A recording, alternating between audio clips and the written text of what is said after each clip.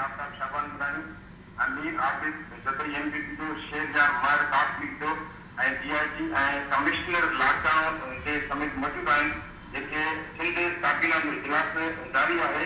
इन इजलास में एक सभा फैसला कया वेंदा जेके पंहिंजो इंसानी बोर्ड जे भई सिंध में उनके बाबत इजलास जारी है।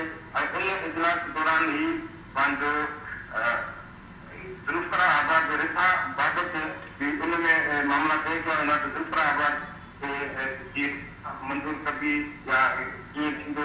इन खां अॻु में कैंपस कॉलेज शिकारपुर में मीडिया सां ॻाल्हाईंदे सिंध जे वॾे वधीक टाइम हमेशह चयो त सिंध जे ज़िलनि मां कश्मीर ज़िलो जेको सिंध में हो वॾो यानी कि अमन अमान जे हवाले सां ख़राब हुयो। इन वक्त पीपल्स पार्टी की हुकूमत अपील करे कश्मीर ज़िलो जो है वो बेहतर थी चुका है।